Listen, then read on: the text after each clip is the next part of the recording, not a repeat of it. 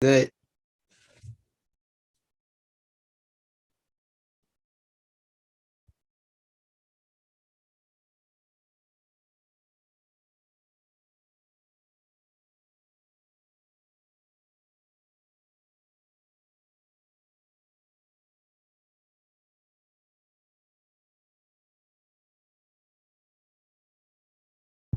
What's up with y'all, man? What's up? Make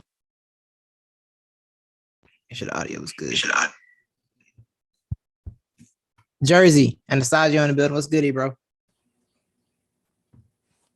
Good to see you always.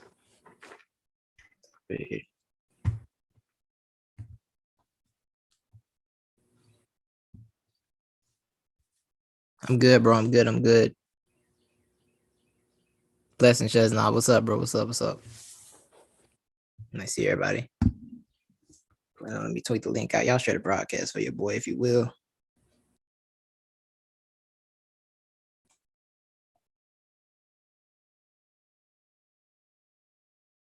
Appreciate you.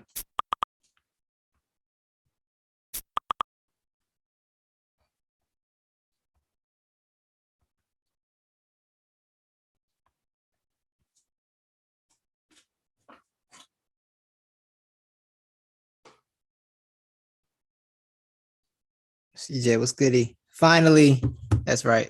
G4, what's up, man? What's up with y'all, man? Y'all having a good morning. Y'all eat some breakfast this morning. What y'all had this morning? Happy Black History Month. That's a fact. What up, hardcore? M4, what's goody? Did y'all eat this morning, man? What y'all eat? Did y'all eat some food this morning? Flaming Munchies is crazy. Flaming Munchies and 3 tacos. Y'all diets is wild, bro. Skylar, what's up? How you feeling?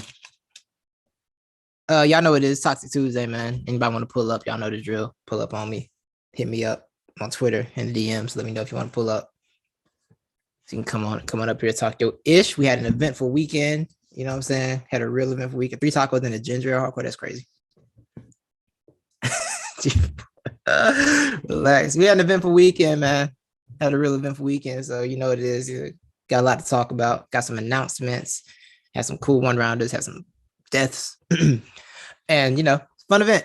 Fun weekend, man. Got the Super Bowl next night. If you want to talk about that. Got NBA talk. If you want to talk about CJ McCollum getting traded to the Pelicans, because the Pelicans suck as an organization. Like, I know it's not going to offend anybody because there are no New Orleans Pelicans fans out here in real life, so no one's going to get offended by that. They suck. Use the organization. Morning, Tracy. How you doing? A good trade for who, Anastasia?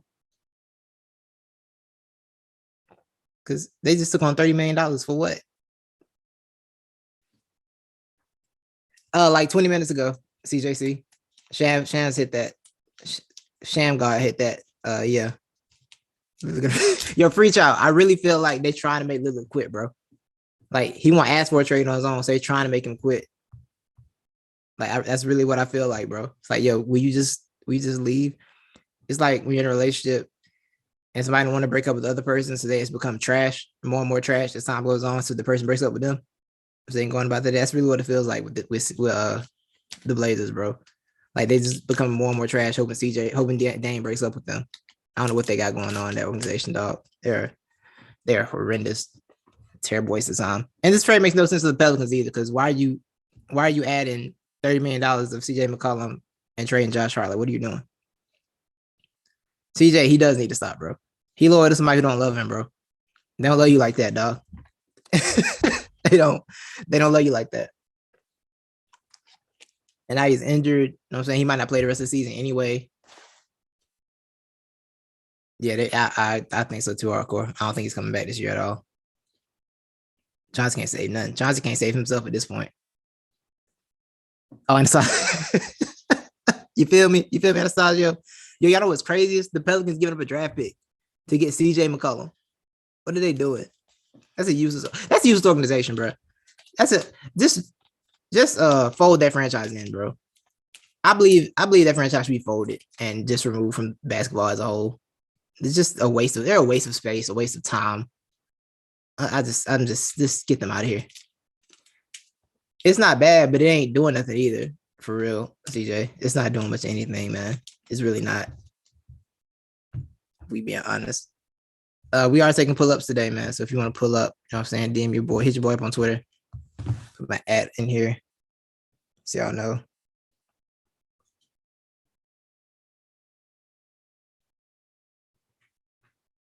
Bring a team back to Jersey. You might as well. Zion can't stay healthy fast. Heavy duty. Nah, you call that boy heavy duty? That's crazy. The NBA, but the NBA, see, that CP3 trade is so interesting to me because it was really a bunch of owners hating on the fact that they had just had this lockout trying to prevent super teams and you was about to let another one get built. Got you, Anastasia. Yeah, homie Q. I'm going to add somebody, man. Homie Q up in here. Let's get it.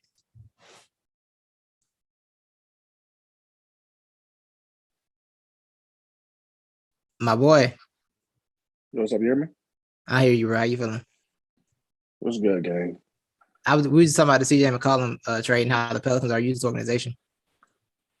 Bro, that shit is so fucking crazy. Like, I think that CJ's probably useful for them, but to give up, I don't know how I feel about Nickeil Alexander-Walker at this point, but to give up Josh Hart plus first round picks, granted they got hella first round picks, so I feel like it doesn't really matter in that regard. Right. But still, like giving up both Josh Hart and Nickeil Alexander-Walker is, I don't know. That's crazy, right? That's kind of tough because especially it's like the problem ultimately is depth.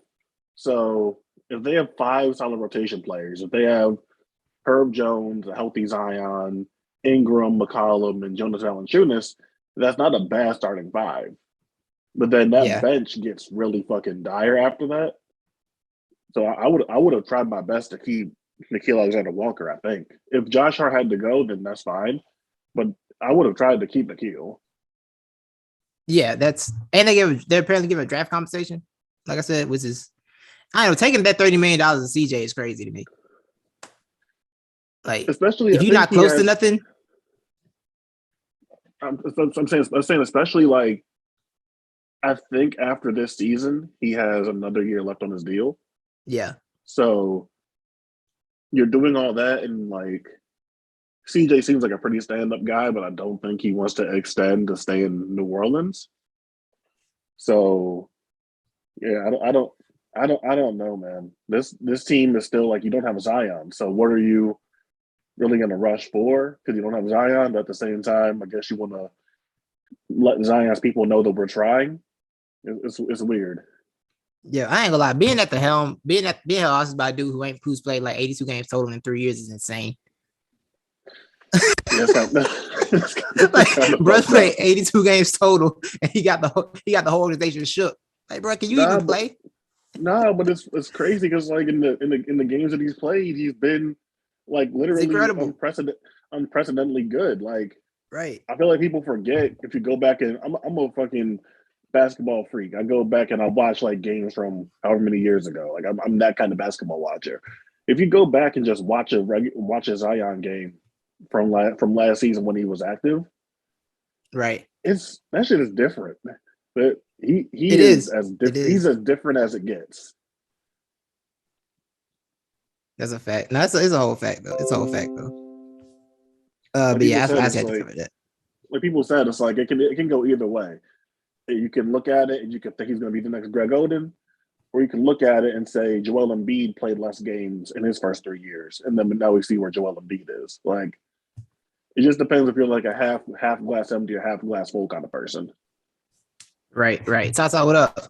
It's really what it is. Yeah, I had to get into that. Let's get into some battle rap, bro. You want to start with band, or you want to start with the announcements, the resolution 2 announcements that we got? Where you want to start? It's on you. Fuck it. Let's do resolution. Resolution 2. DNA and Hollow. Yo, okay, so DNA and Hollow, right? Right. DNA is in this weird place in battle rap. It's a place I've never seen before, where it's like he deserves every battle he gets, but also I don't want to watch any of them. I think I've always felt the way about DNA, and then but the thing is, like, you feel the way about a DNA battle, and then you leave out and be like, oh shit, DNA was really good, even though numerous times will have the performance of the night or battle of the night or whatever.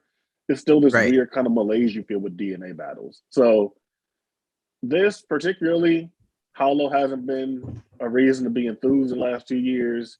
Right. DNA always kind of has that stigma around him, unless you're a boy Malcolm. Shout out to Malcolm. Shout But out to Malcolm. but like, yeah, this is a weird battle.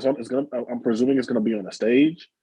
So this is good. This is gonna be an interesting one. DNA back on the big stage. We haven't seen this in years. We haven't seen this in a long, long time. So DNA back on the stage. People have gotten used to this small room DNA, and I think that people are going to be in for a rude awakening putting DNA back on the stage. Nah, that's real. That's real. Yeah, I'm trying to like get a level of excitement for this battle because it's such a it's a matchup for sure. It's a matchup. It's like all right, it's a matchup. It makes sense, but yeah, I think you're right. I think when it actually happens, I might be more intrigued because actually, I thought Hollow's first round application was pretty good. Honestly, I thought his first round application was good. I think kind of weaker. The first round was good. I feel like the third had moments, and then Hollow versus Rum is a good battle. Like, I don't dislike that battle, bro. I really don't. Yeah, like it's not a bad battle. So like, yeah, this is a little different though. This is personal, and I'm a Hollow guy. Like there was points in which I was saying, I thought Hollow was the best ever and shit like that. Like, right. But I can say that Hollow's track record in what you might call grudge battles. Oh, it's ugly. Yeah, like it's a fact. Now, granted, personally, I haven't beaten John, but that is a debatable battle, which the consensus may be that John won. Remember when John with the Gordon Ramsay? Yeah. That's the real reach god, but no one wants to talk about that. He is. People let him rock. People let John slide. But the math battle, I thought Hollow was good for at least 2 rounds in the math battle, and in the building, I think people just weren't wanting to hear Hollow, and math was dope. So I don't want to take that away from math, but yeah, again, is Hollow's track record in these grudge type battles is not the best, and right. DNA just coming off a top 5, top 6 year in battle rap last year, I don't know, man. A different Hollow's gonna need to show up. Yeah, I agree with that. I definitely agree with that. I listened to his interview. He was saying that like getting back on that stage against Sean, he was kind of rusty, but now he's getting into that groove again, which could make it very interesting. Yeah, this is weird. I think they need an almost fight for me to really get excited for this. Their tension is weird and don't make sense to me. I need a good almost fight to break out so I can be like, what, I'm here. It's like adult tension. It's like when you dislike somebody, it's not like you're about to fight them every time you see them, but it's like we're gonna have like a weird exchange and argument every time. Real mature. It's real mature tension. Yeah, it's a real mature tension. It's not Tay-Rod barking on Danny Myers, telling him to flip the table. What was that face off? What was that? Yo, that face off. Spray tan on the top of your fucking head. My favorite part is Danny showing his age by saying, "Sit your $5 down before I make change." Like, yo, this man really old. This is really an old dude. That was some wild shit that he said. It was, bro. It was. People let it rock. That was insane. But yeah, I want to see that. Yeah, the face off should drop. That should be interesting. Clips and Castro, how you feel about that? You excited? I low-key am. Like, I can come on here and talk about my Lou Castro's 2021 slander all I want, but I still like Lou Castro. I always wanted Lou Castro to get certain looks and certain plates, and I don't think he's undeserving of them. I think he's done enough on a big stage, on Summer Madness, on Traffic, to show that he is a big stage performer. Whether he wins those battles or not, you can debate. He beat Arsenal, lost to Rum, whatever, but he shows up on those big stages, and I think that him and Clips it's a good entertaining battle. I'm not like if it wound up being one of the better battles of the night, I don't think it would shock me. Clips has been, for the most part, really good the last couple of years, so I think I'm gonna edge Clips going into it, but it wouldn't shock me to see Lou Castro maybe get the win there. And it sounds like you're not really into it. I'm not, because I mean the Clips and Chess battle is very good. I did like that battle, but Clips and Castro, it feels like it's gonna be it'll be cool. It'll have like really cool moments, but overall the battle, I think it won't have a lot of replay value. I think in the moment it'll feel really cool. It'll probably be kind of funny, have some funny moments, but then overall the battle will be like lackluster, I think. But it might give me a moment or two that lasts, but I'm not super sold on it being a good battle or an entertaining battle for me. I feel that. Yeah. I think that I feel like Lou seems motivated after the drugs battle. I think that's real. He does seem very motivated from that. So if that's the kind of Lou Castro we can expect, then it might be a long life for Clips. Yeah, I want to see how the Big T battle looks. Yeah. Okay, sure. I mean, Big T battle's a layup for everybody, but if that battle looks really well, if he looks really good in that battle, I'm like, okay, it might up my excitement level for sure. But I definitely want to see how it looks on the playback. Yeah, from like obviously everyone's putting into the same Twitter spaces and just like reaction from whatever. Like, like people are saying that Lou went crazy. So will it be a thing where Lou went crazy in comparison to Big T being fucking terrible, or was it Lou was just went crazy? Like there's no asterisk there. Right. Yeah, that's the real question. Because speaking of Saturday night was with Big T was that's nasty work. Nasty work. Man, that was a thing. I was like, oh, Big T. That's I don't think that's it. Is the Jack Boy battle the only good Big T battle in like the last like 3 years? 100%. 100%. I feel like it is. Like I don't remember liking the Ill Will battle. I don't remember liking anything else. In fairness to the Ill Will battle, it took place after they battled like right after Mook and Verb. So they had very little chance at being good. Was that the same card? Yeah. Oh, okay. The run battle, I mean, was he good in the run battle? His first round was good. His first round, yeah. Got Anastasio in the building, big jersey. Big jersey in the building. What's going on? What's goody, bro? We were talking about Big T and being and how sad Saturday was. I like Big T's material actually. Did you? I don't think it was better than Lou's material, but I think a lot of people give him slack. Like his first 16 bars, I liked.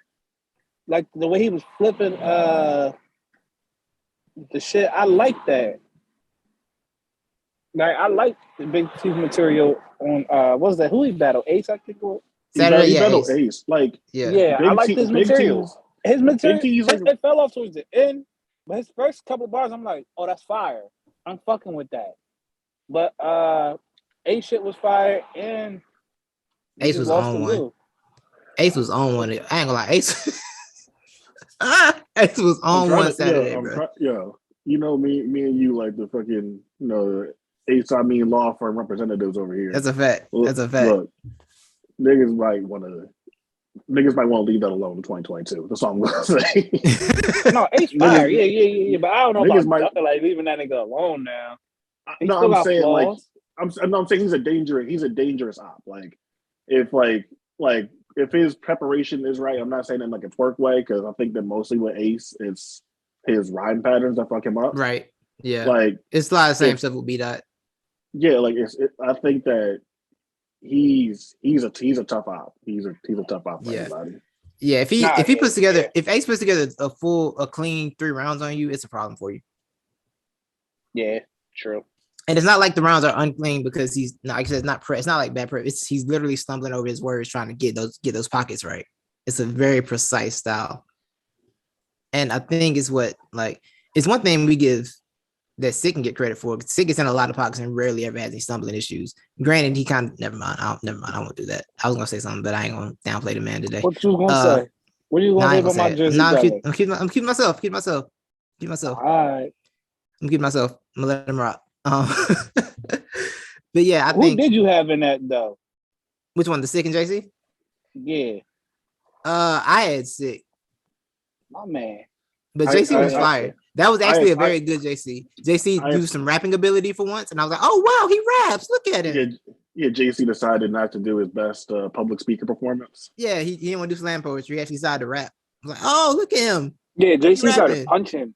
But Yeah. I figured he was going. I was like, yo, if JC rap at that slow pace, he's going to die. I hate JC's style so much. Like it's fucked up because I used to be a big fan of JC. Like he just changed his pacing. That's what it was. Once he sped his pacing, that's what his pacing used to be. I know, and he was a little bit like, punch heavy. So he just went back like, let me show you how to do. I could speed it up and just out punch you.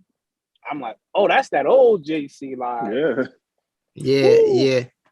It was nice to see that. Yeah, I had sick in that battle. But the thing with JC and the new guys is the UM1 guys all seem to not beat JC, no matter how good they do. The public's always gonna have JC in those battles. Shout out to Kid Chaos, Kid Chaos 2-1. Kid Chaos put on a fucking masterpiece versus JC, and it's like, bro, and no one appreciates it. Like those 3 rounds Kid Chaos did are fucking beautiful. They are. They really are, bro. Perfectly crafted, tailor made. I still just had JC winning against Kid Chaos personally. I don't dispute that. Chaos was fucking wilder. Like, but it was just JC. His punch, I think it's just like, yo, his punches was like your punches also like you could pin together the most elegant shit, but your punches still gotta like wow, man, because then now I still feel like you missing something.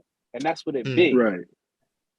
For me, it's like good. For me, it's more powerful when you look at like Kid Chaos's third round versus JC. And he's saying that like I have to overcompensate and do things differently because you fucked up. Like, to me, that's like more powerful than any punchline that JC can write. Because he's saying like, yo, I watched your whole career. I watched everything you had to deal with. And now I got to deal with that shit because you created this whole stigma against writers. Like, that's like some insane content to me. Right. I don't listen. I'm not. I told you, I'm not going to disagree with you with that. Like, I'm with you. I'm with you. Yeah, like. Titus, you had to. Speaking of chaos and B dot. Oh, go ahead. Hey, see, talk never about. Mind. Okay. I would. What happened? Nothing. I was about to say you didn't finish your thought about Ace I Mean, but since you switched, I was like, whatever. Oh yeah, it's good. Yeah, I feel like oh yeah, I was gonna say Kid Chaos, B dot. That was fun. Yo, B dot was unconscious. He wasn't. B dot was he was not conscious. He was walking around like fuck it, I'm shooting everything. I see what's going on. He got a surf battle on. He trying to get surf battle on the rise. Now he got guns again. I see what's going on. The waivers see what's going on, B dot. We see what you're trying to do, B dot. Definitely seen it. Surf talking. Now you got your guns back. All right. I watched B dot's round like 3 different times, and to think that B dot did that in less than a week, Jesus Christ, man! Like everyone, like obviously respect anyone that did that event and came with their material prepared or whatever, but to think that B dot or even Ace, I'll put Ace in the same category too. To think that they could structure rhymes so densely, so compactly, like. And so like intelligently in that period of time and go out there and do that shit, like, man, that's wild. Nah, it really is. But Chaos, the crazy shit, that was a close ass battle though. It was a close battle, bro.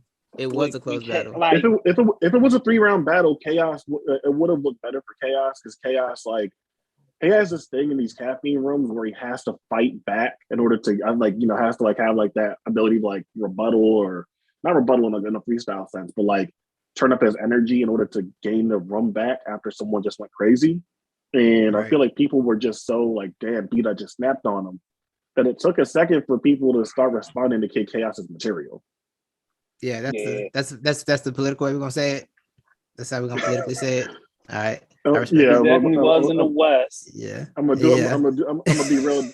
be real diplomatic today. I ain't gonna lie. Whoever was in the background of that battle, right before they started, like, oh, it's about to be a billion words a minute in this bitch. I start crying. Yo, whoever got that in the background, crying.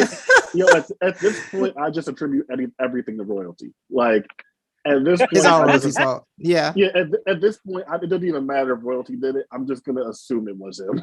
No, I think that's a fair assumption at this point, honestly. Like we should always blame royalty. Coin flip in the building.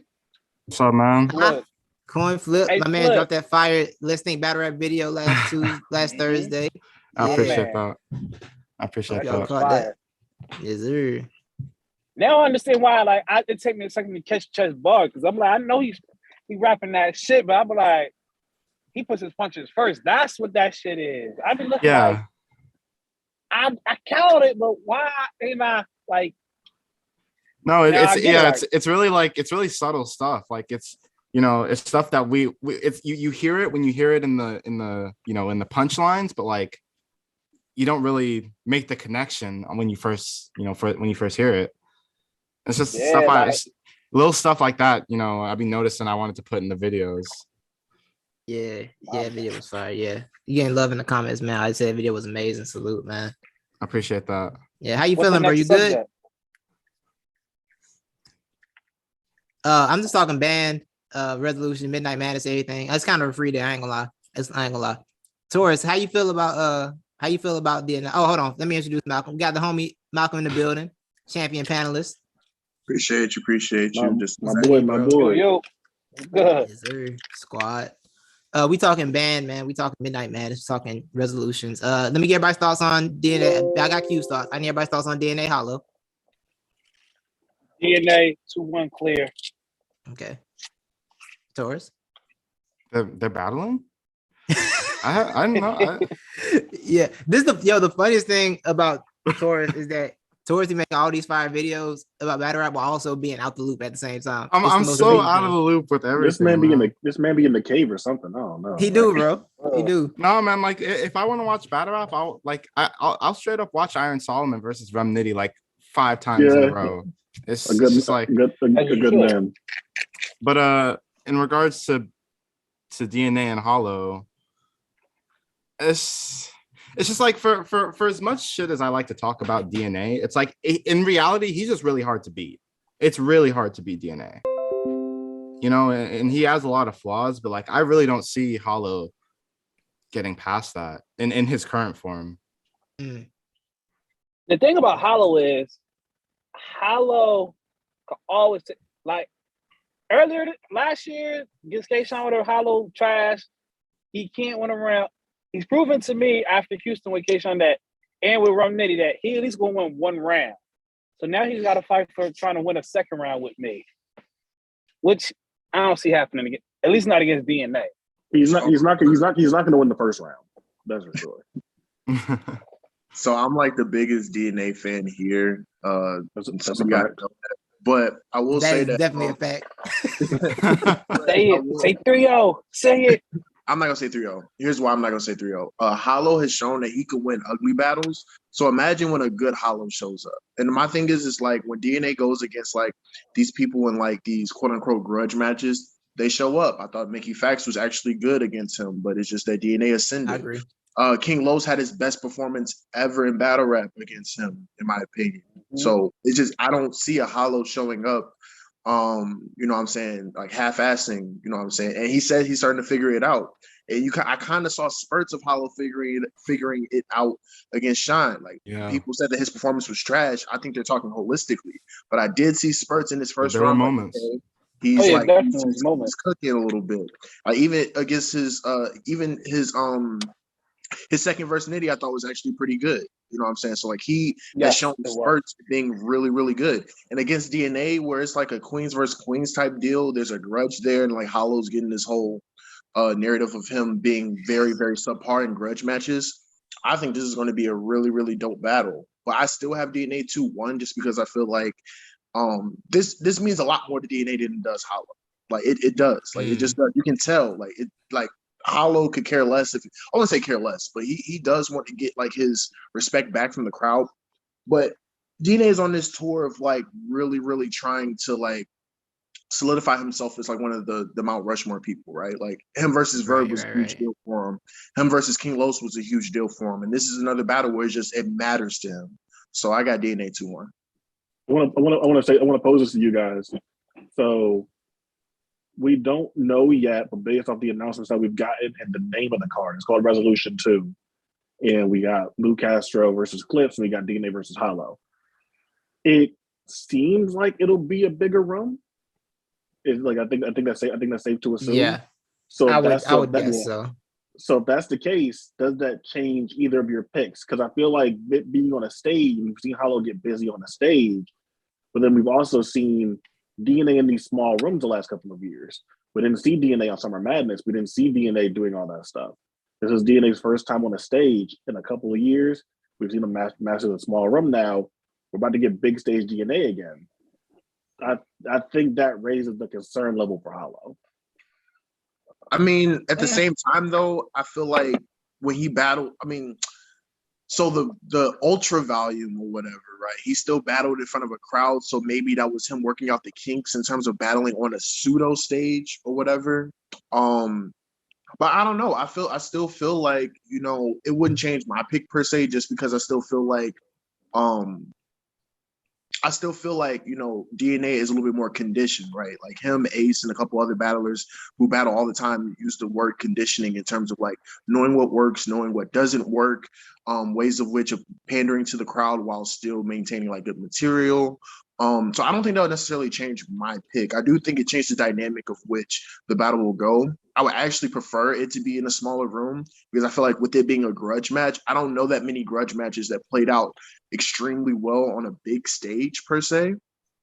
So I would prefer it to be in a small room, but you know, I don't think it changed my picks in terms of like who I have winning. I still think I would have DNA 2-1 with DNA having like a crazy third because he's known to have like these long drawn. Well, to me they're good, but like to others, drawn out and stuff. But he's gonna probably have a crazy third against Hollow. So, question: which round? It's gonna be the freestyle round because you know I have freestyle better than you. Which round gonna be the freestyle round? Yo, I think DNA might snake him and be like, "Yeah, I'll do a freestyle round with you, Hollow, and then bring a whole written 10-minute round."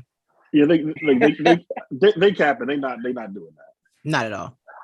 I'm saying ain't nobody said they was doing a freestyle, but I think they going definitely at some point they going. You know they gonna mix in their freestyles with their rebuttals and this, that, and the third. So you know it's gonna be one round that's gonna be damn near a half a freestyle, if need be. Yeah. Yeah, and DNA, I feel like he doesn't incorporate his freestyle as much anymore. As late. He seems to have a bent. He doesn't seem to do it as much anymore. So he I know did if it you when Tommy got sick. Yeah, that's right. Yeah, he did. I don't know. I feel like the thing is that DNA is like I said, DNA has a lot of flaws, but like one of the big problems when you face DNA is that he's good. He's serviceable or good at so many things. Like you think of people like Chef Trez who have like these amazing rebuttals. Well, DNA can do that too. You know, it's like maybe not to the level that Chef Trez can do it, but DNA can do it. You know, you think of punches, DNA can do that. Maybe not as well as Remnitty, but you know, he can do it. Angles, he can do that. You know, it's just like how does Hollow get around that breadth of like skill set? You know, it's because where Hollow drops the ball, DNA can pick it up easily. It's not that hard. That's real. Yeah, this will be interesting. It's February 26th is the day before Chrome 23. So it'll be a whole battle. It'll be a busy battle rap weekend. But yeah, so I do want to say, like you said, this is called Resolutions 2. I don't know if y'all remember who was the main event of Resolutions 1, but I'm just saying this could be the return.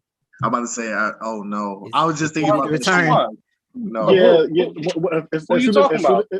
As soon as I saw that card name, I was like, oh, this is what we're doing, huh? That's Carson Freeway. Yeah. Listen, if it's on there, I got Ryan, what up? 3-2-1. What's good, man? My guy. Right now we talking shit in my background. My fault. You good. We talking resolutions at the moment, and we're talking about the fact there's resolutions 2, which could imply that somebody's on this card. Somebody. I want to say probably like I'm really hoping it could probably be like a Briz or something.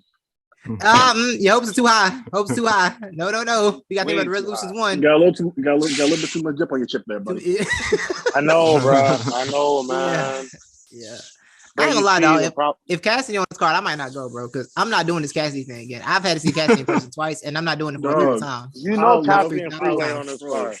I love Freeway, but I don't know what the fuck he's about to do. I don't know I keep what's telling y'all, about to still got happen. free who's gonna be on this 2-1. card in the last Freeway said he battle. got us, bro. Yeah, Freeway said he got us. He's about He to told us say he got battle us. rap. That's right. Oh my I god. hate when That's industry right. niggas say they got us because they don't got us. Bro didn't have a They winner in don't a got us judge at battle. all. Bro didn't have a winner in a judge battle. How you gonna have us? They be saying they winner do their in a judge battle. research and they go back and watch the same battles they did. Like, bro, they watch 106 and Park Yo. shit. Like, come on, bro, you don't got Yo, us. industry dudes be like, yeah, I studied the game tapes to come in with the he'll die here hair with a hair bar. Like, get out my face, bro. When you face Like, you defeat, it's like Right. When you long as you don't come in there with a you face, you'll see defeat. Your low key Freeway- should be like in there for real. Like I feel like URL should like make an executive decision to be like do like a surprise because like I don't know, like they can't be the last battle or they could be the second to the last battle or something like that. That's the 'Cause when problem with Cassidy. Like, he should never end the They night, gotta but be the Cassidy's second. ego will not let him end the night. They should be the first battle. I'm about to say they should First be or the first. second. They should When- they should be filmed the day before and play it on the screen. they should battle and they should battle in a parking garage and they Yes. play it on a skit. Yeah, it's played on screen next day. Yeah, that works. Play it while we filing into the building. Like while we're entering the building. I'm really glad Cassidy and Freeway I love bad battles, man. Bad battles are so much fun. Bro, Like- I still haven't even seen Hitman versus Cassidy. I told everyone I will watch this face off, but I promise you I'm not watching this battle. And everyone thought it was crazy. Yo, that It's face off nearly- almost has it's just ne- been used as the battle. It's nearly a year later. I still haven't watched that battle. I don't got time for that shit.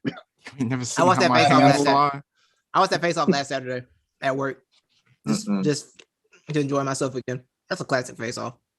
Bad battles are only fun when you're like watching online. When you're actually standing and watching it, like my legs were worst. exponentially when I was watching Mook versus Reed. Like my legs were fine. the whole event. That's true. Bro, I was in the Promise you, building for bro. that shit too. That shit was the worst. That's Yeah, true. Like, But Luke, like shut the it was fuck so- up. no, it's like Bro. you're correct about that, where it's like you can only watch bad battles like on like the replay, not in the crowd. But like a big appeal of watching a bad battle is knowing that there was a crowd who was just like so dead tired and asleep from this Some real battle. I think evil- that makes it funnier. That's some real evil energy you got there. towards I that. just want to know. I just I want to think know. it's hilarious. I just I want to respect know it. what it was I had like. to face that evil, goddammit. That shit was not worth it. I just want to know what it was Man, like to be in the building Cassidy for and SoCon Freeway versus better be the Biz. last battle of that night. Yo, say it again, Q. I said, I just want to know what it was like to be in the building for SoCon versus Biz. That's Like, I want to know that too, actually. I bro, definitely like want it to was know such that. it was I a don't. fire week. It was a fire weekend. It Shit was. fun. And then Danny you got get to smoked. It facts. And then you get the SoCon versus Hey, Biz, hey, and it's like, yo, what the fuck? Like, it felt like it wasn't even the same event anymore. Wasn't that battle like 2 Glad I hours wasn't in long? the building for that. Bro, Yes, it this was. shit's like, yeah, I never watched that shit. This rap for so fucking long. Bruh. About nothing. I can't remember a single bar. And SoulCon, he didn't rap for that long, but he just kept stopping for 10 minutes between lines. It was like, No, he was doing slam poetry. he was. He really was. So, like, that's the problem, man. Should have came back against Diz. He should have came back against Conceited or something like that. Right. Something safe. Something safe and simple. Well, SoulCon changed his life too much to do battle rap. That's what you we're know getting what? at. I know I was hyped for that battle too. I used to like watching SoulCon battle, and then when everybody talked about it, I'm like, damn, I don't want to see. I still ain't see that battle. I'm not watching. I refuse. I watched that shit live. Oh. I went to bed. Oh my It was a terrible God time. bless. Oh, Watching that's that unfortunate. event, I'm so sorry watching that for you. battle, watching that battle on live stream was some of the worst experiences ever. It's like, yo, what is happening? What is Damn, it was I bad to remember- watch it on live stream. Yeah, Bro, I'm not I'm going to telling watch you. you don't understand. I'm telling you, You like don't understand. it was like 40 minutes in. I'm like, Yo, it's 1 a.m. over here, dog. I'm dead. That's really what it was, bro. It was a terrible experience, dog. It was a terrible. So we all got Cassidy 2-1. I got Cassidy 3-0, man. I got Cassidy 3-1. 3-0. If I got to be in the building, I'm losing 3-0. Yeah, like I'm getting 30. I'm getting 30 immediately. Hey, bro. This is stressed. definitely gonna be one of the worst battles of the year. Yo, these niggas are evil for booking this shit. But this is pure evil. The only good thing about it is at least it's not being put on like a gnome or some madness, so we can still have hope for those. Right. They're gonna have their own. I'm glad it's gonna be the last battle. So by the time it starts, all I gotta do is turn it off. That's it. Like just start the LTBR after party. That's a fact. What happens if like what happens if Freeway is actually like it's actually fire and like just kills Cassidy? Like what happens then? If I feel like Freeway will be worse than Cassidy. Like if Freeway is actually dope, like if Freeway is actually dope, that might be the most shocking thing in battle rap history to me. That's a fact. Freeway is dope. I want to get. If Freeway dope, he gets my champion of the year vote with one battle. Yeah, like I'm asking for an amendment to the rules. Freeway's an overall better rapper than Cass, in my opinion. Cass is just a great punchline. But so if Cass don't work in that room, I think Free's gonna work better with the crowd and be more appealing. So I think that's why Free gonna win that battle. His shit gonna resonate more with the people. Hold on. The best comment just came from Skyler. He said if Freeway kills Cassidy, Cassidy will be 5,500. Right. Y'all talking about Clips and Luke Castro yet? A little bit, but let me get thoughts on it. Oh, Luke Castro about to die. Oh, we off the gate with this. Right. Yeah, we have to get it's Talking Tuesday. Luke Castro. Explain. Luke Castro. Let's go, my God. That's Clips, nigga. That's it. That's the explanation. It's Clips. Rebuttal game about to be crazy. I'm sorry. Luke Castro can't do nothing with Clips. I don't care what nobody say. Castro can't do nothing with Clips. Nothing. You don't think Luke Castro rap better than Clips? No, this is the GOAT. No. He's the GOAT. Oh, okay. All right. Come on, we're not gonna shit on Clips legacy like that. This is the GOAT. Yo, I'm just okay. I see what kind of time we on. All right. Clips always one of my favorites, bro. Castro can't do nothing. As soon as someone says Clips is the GOAT, you know what type time they on, man. Yeah, like once he said Clips to go, like, all right, go ahead, man. Yeah, I'm here for this. Look, he gonna make Big Dog like a little chihuahua, bro. It's over, dog. It's done. Castro, I like you, but you're not winning this. Like dirty 30, like. Nah, I ain't say dirty 30. I say Clips gonna win. Okay. When this I got Clips winning it 2-1, but oh shit. This is gonna be a funny. When was the last time we seen Clips on a big stage? Like a big stage? Was it Bridge? Genesis. Or no, it was Genesis. You're right. But that wasn't a big stage though. That wasn't really a big stage. That was like how many people? How many people were there? Right, bro? Titus, you was there, right? Nah, I wasn't at Genesis. It wasn't 2,000. It wasn't 2,000. I think it was like a few hundred. Yeah, I think it was a few hundred. And the RBE stage is small, so it wasn't RBE. Yeah. Genesis low key didn't sell that well. People like no one talks about that event anymore. But like Genesis low key wasn't like that. It wasn't. You know, I think it was probably. I think Clips 7, 8. Was that K-Shine? Yeah, it was K-Shine. That was Genesis. By the way, the app has Charlie Clips beating K-Shine. I don't know if you know that. Is his last that has Clips beating Shine now. Yeah, that makes sense. His last big stage battle I remember is him versus Briz in 2018. In terms of like a big stage, that's the last one I remember. I'm trying to remember one. So there wasn't one. Yeah, he didn't win no in 7, no 8. One of those two. Yeah, because him and Big K was in the big stage. Him and Big K was in the secondary room. RBE don't really do big stages. Yeah. Him and Big K was in the rec center. Right. Right, that's a fact. But nah, that battle gonna be funny as fuck. Yeah, I mean, I had to put my own little toxic season in there, though. I definitely got clipped. So if anybody want to talk about it, Lion Legacy at 305 at me at Lion Legacy. What are some of the matchups y'all want to see on it on resolution? Tay-Rock. I just want Tay-Rock to be on there. I mean, Tay-Rock T-Top fits the Tay-Rock T-Top fits the name. I would do Tay-Rock That'd be T-Top. fire. I need Surf on the card. I can do Tay-Rock T-Top. It's Houston Surf got to be Do we- in Surf gotta be Do on we the really card. want to I don't see want Surf Surf on this early? resolution. What? I would- don't want to see Surf on resolution, though. Can I hit? I I want to kind see of Surf want take to see another Surf month. on this card. I want to see Why Surf take not? another month. I want to see him take another month. Yeah, Yeah. I want Surf Surf to to be take main some more event, time. and you can't Yeah. do that with Cassidy and Freeway on the card. Surf can't be any of them niggas on the card. I don't want it. That's I want true. Yeah. a sneak battle. I want to see is like Loso versus Shine on the resolution card because I Loso mean- see Jaguar versus Shine. Yeah. I want to see Loso. Jaguar versus Sean. I see Loso get that battle That's for a good sure. battle. Yeah. Twerk versus Kiss. Like, why you want to see a twerk battle, Flavor? Hey, what are we doing? We're not doing this today, man.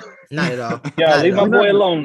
No We're not doing slander. this today. Leave my boy Twerk alone. versus No Your slander Honor. like that. It's going to be Yo, open in we- resolution 2. Yo, we're not doing this today, man. Twerk versus You Your gotta Honor, chill. open in resolution 2. Let's do it, Smack. Hit my line. Oh my god. So you got to Uh, chill. This nigga out of here, man. Fuck, bro, I'm having a rough morning already, dog. I'm going to come in and laugh before I start Nah, drinking do your this tequila, thing. man. Do your thing, bro. Do your thing. I don't know, man. I like to see Easy.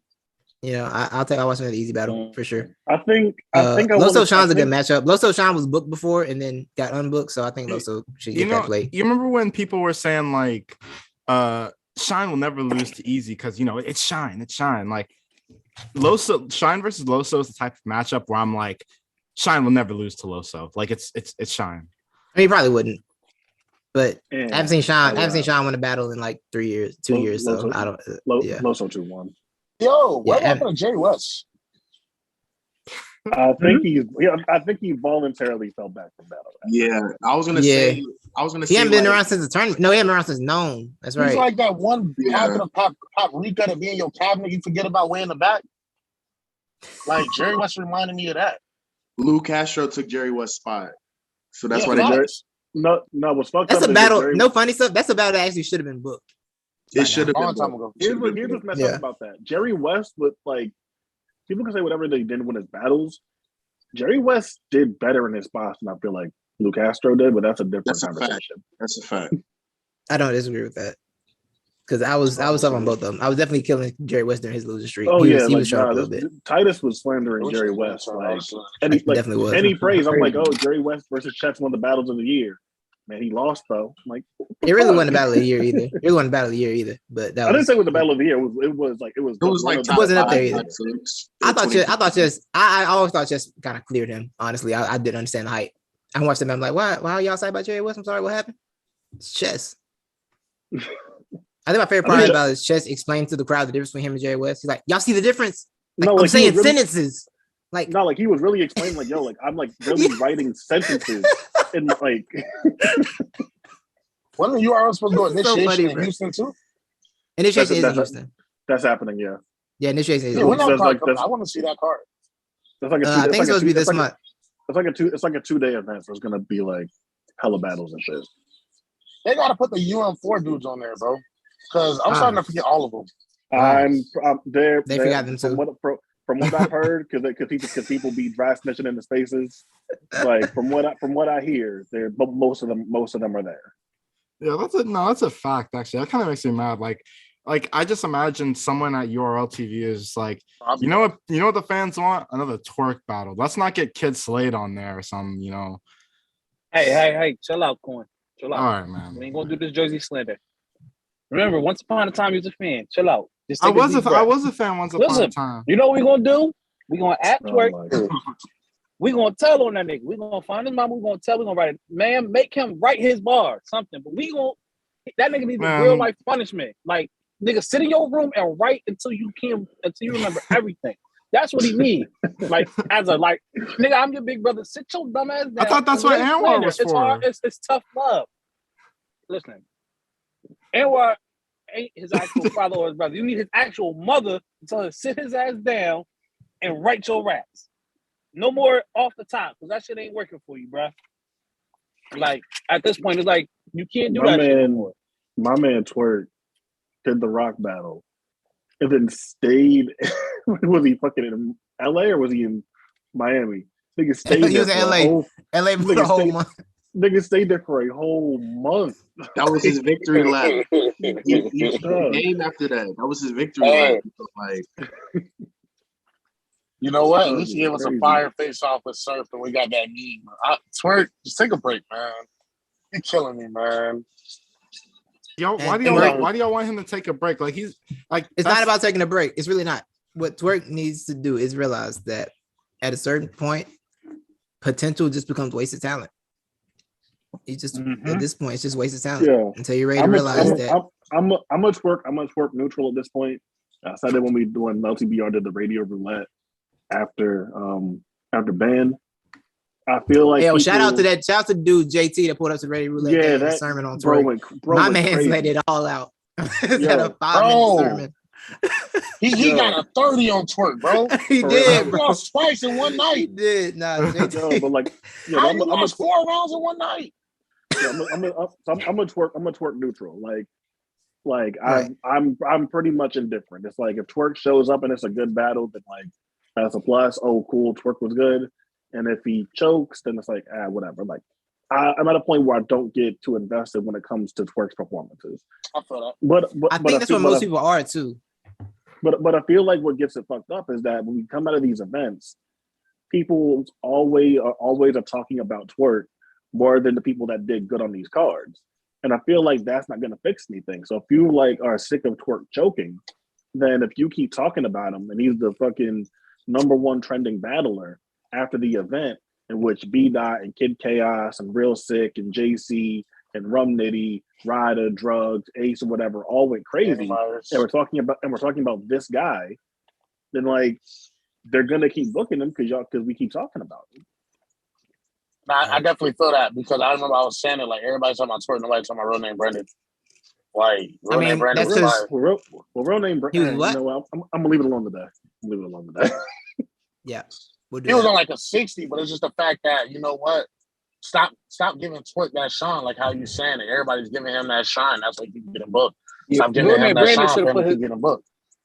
Your real name Brandon should have performed that 100% and honestly put Twerk in the fucking grave. Send him to the gulag like he needed. So he can know like, oh shit, this nigga damn near ended my career. That's what he needed. Y'all don't think that was 100% real name, Brandon? I'm gonna leave it alone today. It don't seem like it. I see what Titus is doing. He's Okay, wrong. leave it alone. I see what Completely wrong for that. Okay. That was wrong. I'm asking a question. I'm just asking a question. Just asking a question, y'all. I'm gonna leave it I see your alone point. today. First off, it's Cuban's birthday today, man. Shout out to Cuban, bro. Straight up. Shout out Cuban, dog. February Cuban's babies fire. gang. Yeah, I'm just asking questions, y'all. The chat saying Cuban- I'm just asking questions. Cuban hood in the building. I've heard a rumor that Casey J didn't write her material for Twerk because she didn't think he would come with rounds, and in hindsight, she's pretty spot on. Like that's pretty smart. Because like if you think about it, she's like if you put money on it, it was like she'd be like 12 for 12 in terms of rounds. You know what I mean? That's a fact. Yeah, Hey, Titus, I don't I'm know. right back, man. I gotta put this tire on. All right. Hey Titus, Oh, I got a question. you having that kind of day? You having that kind of day? Boy, I say you had to put the tire on. That nigga's having a terrible morning. Jesus, I understand why you stressed. What's up? Who do you, as a waiver, right? Who do you want Surf to battle first this year? Like to start off his 2022. Who do you want him to battle first? Easier B dot. That's my Let's call B dot over the head, and then we'll take easy. Watch him out, bro. Watch him out, dog. Let's get that. Let's get that out of here. Listen. Let's talk B dot over the head. Watch him out, gang. Watch him out. You heard me? You heard me? Easy 30. Let's get it. Easy 30. Watch. All right. Okay. You heard me. Big jersey. You want to talk? Easy. Y'all talking nonsense today. Okay. Big jersey in the building. Ain't no nonsense. It's nothing but facts. You talking nonsense Listen, today. I gave B-Dot his credit. The nigga is nice, but versus Sir, I'm not gonna lie. Shit, Sharif. The fixes, Y'all talking nonsense especially today. The fix is in, especially since Surf's talking about going back to the East Coast. He knows exactly what he's doing. Like he knows exactly what he's doing. Look, B-Dot said he wanted to get on stage. B-Dot been claiming he wanted to get on stage. So let's see you on stage, B-Dot. We bring the crowd back. In the East Coast, that's a fix. Yeah, let's see you on the crowd back. Let's see you in the crowd back. Let's see what different said. B-Dot said he wanted Houston though. Here's my only request. Yeah, let's see. If we are going to the East, I want Danny, Rum, and Geechee on the card too. That's it. That's it. What is this? What is this West Coast invasion energy? What is this you talking about? That's it. If they're going to the East, I need Geechee, Rum, and Danny on the card too. Then I need Suge, Twerk, and Red on the card. How about that? He's gonna have Jersey versus have Jersey in the building and Cali in the building at the same time. And Sick. No, yeah. It's about Twerk and Sick. Give me Sick. That's right. It's gonna be a real gassy building for everybody. Malcolm, who you in a hypothetical Surf versus B-Dot battle, who would you have? Man, we don't trust Malcolm. He put Surf at third. He should have been first. I didn't put him at third. I had him lower than third. We can talk about that another day. See, that's my point. But wait, what you say, Q? I forget what you say. It's in a hypothetical B-Dot versus Surf battle. Who would you have? It really does depend on the setting for real. So in that caffeine room, I'm sorry, like I just feel like B-Dot is just damn near untouchable in that room. But on the stage, I still feel like it's a closer battle. And here's my thing. I feel like there's no way that Surf is going to 30 B-Dot. Like that's not going to happen. And the reason why it's not going to happen is because if you really pay attention to Surf performances, he gives you 2 stellar first rounds, and his third is okay enough to whatever, and the other person drops the ball. Like he hasn't gave me a crazy third round yet. His third versus Twerk wasn't that good. His third versus John wasn't that great to me either. I thought it was cool. I like Surf John. I like Surf John. I like that a lot. I thought it was cool. I didn't think it was like crazy. And then like his third versus Cal, he kind of just melded in because Cal choked. So and B-Dot excels in the third. So there's no way that B-Dot gets 30. So that's one. So it really comes down to splitting the first and the second. So I can see that battle going either way. But honestly, with Surf's like crowd control, stage presence, and stuff like that, I can see, B-Dot being slightly overwhelmed on a big stage. But in the small room, I got B-Dot 2-1. I feel like there's not much that but I will say that Surf would battle B-Dot again just because I said this before.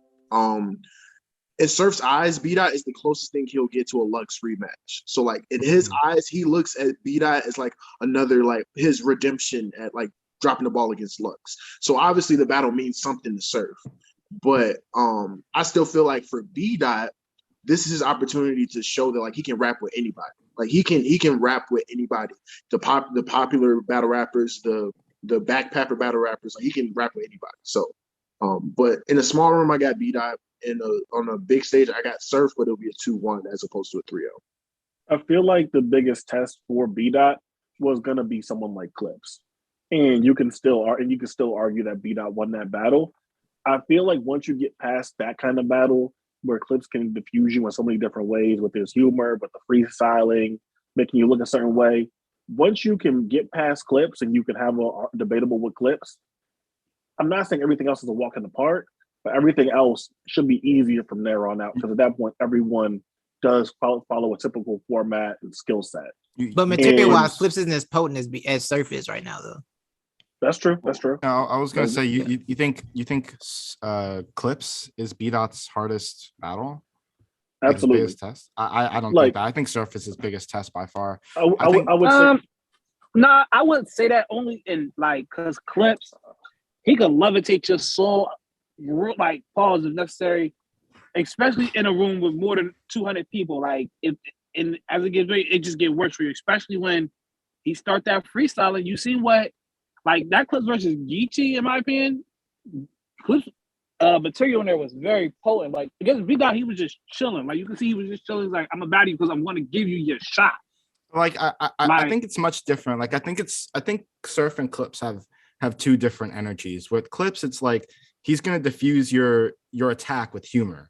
right? That's going to be his main weapon, and like freestyling, all that type of stuff is going to be his main way of countering your attack. With Surf, it's like Surf is going to attack your credibility, and like I think credibility is way bigger of a deal for someone like B-Dot than like being attacked with humor is. Like how Surf is able to like tell make people look like they're no big deal is a big problem for someone like B-Dot, as opposed to the way Clips makes you look silly.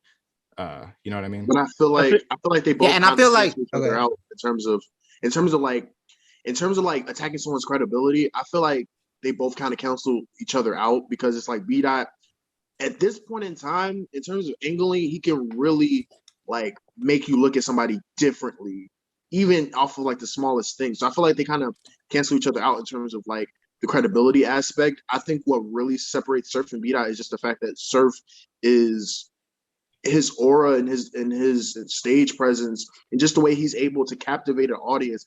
I was like he was high. Summer Madness. It's just like right. Little John can do anything in that. His battle like he was high, bro. It's really high. That shit's off the fucking roof. So, but the thing with this, I think for me, this is the first battle. This is the first battle with B-Dot where I think he's battling someone that can talk the street stuff with him, and also raps at a really high level. Like a really, really high level. Like Surf is a high level rapper. And I don't think B-Dot's seen anything like that. But also for Surf, I don't think he's seen someone with the rapping ability and the content that B-Dot has. And yes, that includes Lux. So I think that's the fun part of this matchup for both of them. This is a lot that they haven't seen before from each other. Like, do y'all think B-Dot is like? Do y'all think B-Dot can bark on Surf? Because I don't think he can. B-Dot bark. Nah, you can't. But like Surf, because Surf will bark on you. Like he's you not. Can't, yeah. I don't think B-Dot's voice get loud. B-Dot barks on people. I don't know. You know what I'm saying? Like if you like, it might not. B-Dot does bark on people. No, like in those settings, but yeah. And B-Dot's projection might not be the same way of like when Surf gets in his bag or Mechanical gets in his bag. Right. But if you're watching, say like B-Dot versus he's in your space, like the B-Dot versus Clips in the second round, where you like starts really getting on Clips, or B-Dot versus Ab. B-Dot does bark on you. So I feel like getting your space for sure. So he has that like B-Dot's battle rap IQ. He has the IQ to know when to turn it on and turn it off. So obviously he's not doing that versus the Saga. That's a different kind of battle, different kind of storyline, different kind of content there. But if he's battling someone like Surf, yeah, B-Dot's he might not do it as well as Surf, but B-Dot's gonna bark too. His character assassination is A1. Like he literally knows how to break down someone's character to a T. Like it could be the smallest thing. Like B-Dot could literally spend a day. If you text B-Dot, he gonna be like, "You texted me on the 4th." It's gonna be around. He can make that shit around. You ordered 2 panini sandwiches. Out of here. Out of here. But no, that's why I feel like this. That's why I like. I think the point I'm trying to make to us is that like B-Dot can do all that, but then Surf can go over there and talk about he got shot and it's gonna hit, because Surf talking about how he got shot hits every time. Here's the question: do y'all think if you take Surf's last 3 performances and stack them up against B-Dot's last 3 performances, who do you have ahead in that scenario? Q's gonna say B-Dot. So for B-Dot. So for B-Dot, what's Clips, Av, and DNA. He's gonna say B-Dot. Well, just say it. You want to say it? Just say it. Be truthful. Come on. I'm gonna say B-Dot. I'm gonna say B-Dot. B-Dot. The thing is, B-Dot's performance good. What'd you say? Hold on, Malcolm. B-Dot's Av performance is better than, in my opinion, Surf's Cal performance. Because like this is a. Let me dispute that though, because you said Surf mailed in his 3rd against Cal. Surf went first, and Cal still wasn't going to win that 3rd without, even if he didn't choke. So let me put that in perspective. That's true. Let me put that in perspective. No, I agree with that. It still doesn't change. He won it, but I'm saying like you can mail in your 3rd and still win it. Like it doesn't change the fact that he kind of melded in. Not when you go first. I think Surf's. If I rank the Surf performances of the 90 days, it'd be Twerk, John, and 1A, 1B, and then Cal is a clear 3rd. Like the Cal was a clear 3rd to me. Like but the reason I have to say, if we're comparing the performances, B Dot had a few stumble mumbles in those battles, whereas Surf was clean in all of his. Yeah, like the reason I asked is because if your answer is Surf, right, then let's really think about this. Surf is, and I think Moody said it. I think you said it earlier, where it was like, to Surf, this is like his rematch for Lux, right? So if Surf is like if this is like, if the Lux battle was like Surf's prototype, and he's doing as well as he's done in the last 90 days, it really makes it feel like this is a hospital pass for B-Dot. You know what I mean? Like, it really feels like Surf is like winding up a punch. You know what I'm saying? My nigga, he's a give it back. The hospital pass is hilarious. I'm just saying, like he says like Peyton Manning. He says the Peyton Manning duck over the middle of the field. That's crazy. Now look. I can't help but feel that way. I do think that Surf's sudden interest in B-Dot is a cause for concern. Right. Obviously. Surf only gets interested when Surf is a tactician. We understand that. Master strategist, man. I feel like super highly of B-Dot. Titus knows how highly I think of B-Dot. Yeah. Like, if you look at B-Dot's career, I just can't ever say we've ever, like, the one question that we have is the stage. There's no question about can B-Dot take being angled? Can B-Dot take being talked about? Can B-Dot take that? We've seen him take it. We've seen him dish it out tenfold. The one question is the stage. And if that's the one question we have, in my opinion, if I go back and look at certain battles, I feel like people overplay the B-Dot stage stuff. B-Dot versus Verb may not have been a ton of people there, but that was the same card as Did versus Oxymoron. That was a Russian room. It's weird. That was one of the bigger KOTD cards in recent memory before everything got weird and started changing. B-Dot versus Verb happened there. B-Dot looked very comfortable on that stage. B-Dot versus JC, I get it. I know what the perception is. He retired. B-Dot's material in that battle was really ridiculous. It was. Okay, so B-Dot, he made it worse because he retired. Even B-Dot versus Swave. We know that the RBE crowds are like, at least at that point with their big battles, are super big, but that's still Moot versus Verb. B-Dot versus Swave 7 on that card. B-Dot had one of the better performances of the night. Like, I do think that the B-Dot overplayed stage stuff gets a little overplayed sometimes. But you know what though? Here's my counter to that. Not last year. His Champion of the Year run year, 2020, when they were talking about the stage coming back. No Pass Look just said Swave clearly beat B-Dot. But are you Team Hami? No Pass Look? Are you remember Team Hami? He must be. Are you remember Team Hami? Tell me the truth right now. But the thing with B-Dot is that during his 2020 run, when he was having all that success, he was literally saying publicly, like, yeah, when stage come back, it might be gone. So it's not he feels a way about the stage. I get it, but you got to be able to like decipher through that. It doesn't sound like I'm capable. It's like B-Dot's whole thing when it came to stages. And you can say like, all right, fuck it, this is what battle rap is now. You just gotta like either deal with it or leave. B-Dot's thing is there's no way I should be able to write the kind of shit that I write, and like I get told that my shit was whack and not as good as this other person's shit because JC wants to flail his arms around and stare at the crowd. Yeah, because JC wants to flail his arms around and look at the crowd while he raps. Like, I can understand the frustration there, but again, this is what battle rap is, and the optics of it, like, yeah, like it's tough. Like this is what you signed up for.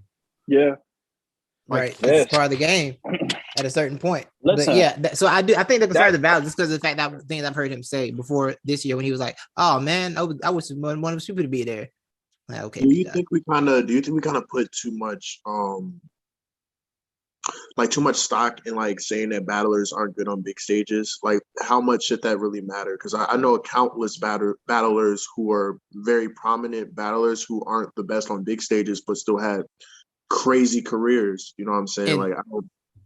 In my opinion, I feel like you can't be a transcendent level star if you can't rock a room with 2,000 people. That's my thing. I agree with that, but I don't put too much stock in it either. I feel like because go ahead. I'm about to say, I feel like even then, like, there's so few people that we're talking about has rocked a room with that many people in it. It's like, are we going to be real about Arsenal's career? it's like if we're gonna look at Arsenal's whole career, where's the memorable big stage performance? London. It's probably London, and London, and then like twerk, and then twerk, right? But like realistically, we hold Arsenal in this high regard, and it's like, well, I don't think Arsenal has this plethora of big stage moments either. There's really like a handful of guys that has even these like big stage credibility that we talk about. Arsenal because Arsenal has 20 years in, Lions Den. His shit was already kind of predated, like formatted that he was already going to be who he was, especially being most viewed. So his is a little kind of like, I get what you're saying and I don't really dispute it, but at the same time, his path is different because he opened the doors for everybody to be able to do this, do that, have these big stage performances. Because even when we were in Houston for him and Lou, he can rock the crowd. He's died up there against Ed, but he can rock the crowd into one. And he just be like, at this point in his career, it's not like he's hungry to, I got to blow this room up. I'm already set career-wise. I'm never going anywhere. And I think that's what kind of what Arsenal was like, I don't have to blow this room off. I just have to go ahead and win. Because even with T-Top, you've seen how he rocked that whole first round. Now, T-Top wrote an amazing second round with the counter writing, but he can. It's not like Arsenal can't do it. So for him, at this point, it's like, I do it when I want to do it. I feel you. Like the point I'm making is that even then, it's like it really is only a handful of guys that even have that kind of like big stage credibility to their name in the first place. So it's like, I don't know how many people you can put into that criteria, and then everyone else falls by the wayside. If you're saying if you can't rock a crowd with 2,000 people in it, then I don't think you're like a transcendent star. And but really, I think that's the separation, right? Because everybody can't be a transcendent star. It's like there's gotta be, you know what I'm saying? Yeah. I thought Go ahead, Flip. I thought the delineation between like big stage battler and like small room battler was like the styles. Because I always thought the reason we said people were like bad on a big stage was because they were like more lyrical, they were more, complex. It was harder to, if there was a bunch of like drunk high people, 2,000 drunk high people on the stage, they weren't going to catch the bars, and that was the problem with it. It is, but like say like it's a difference. Like say like Chilla Jones, like the reason why, and I think super highly of Chilla, so there's no disrespect to him, and I think Chilla has improved his performance over the years. Yeah, but the reason why Chilla isn't a big stage guy is because Chilla like doesn't have the same presence or energy on a big stage.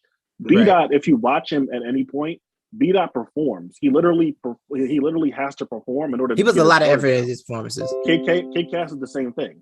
Kid Chaos will be fine on the stage if he ever gets those kind of looks, because Kid Chaos is super performance based too. So I think like these newer pen guys, I have more confidence in them rocking rooms or real sick. I do so. That kind of people. And I mean, compared to Chilla Jones, who like literally used to just stand there and move his hands. And like, let's look at Chess, right? I would consider Chess a lyrical guy, but Chess can destroy a stage at any moment. Well, Chess is. I mean, I'd say Chess is kind of an anomaly. Like, he is. Chess but that's the separation. That's what I'm saying. That's the difference between transcendent stars and like really good battlers. And that's why I think the big stage matters. Like people like, I want the big stage. Like, no, I want the big stage. But can you be an all-time? Can you be an all-time? Is there a difference being an all-time great and not being a transcendent star? Because I feel like there's all-time greats within the culture who just don't have like that star power. Like, is there like it's a timing thing? I think it's a timing thing, right? Because like Mook's never been good on the stage, but Mook is a legend. You know what I'm saying? Some people were good before 3-point line happened. There was guys who were good at basketball before 3-point line came out. You know what I'm saying?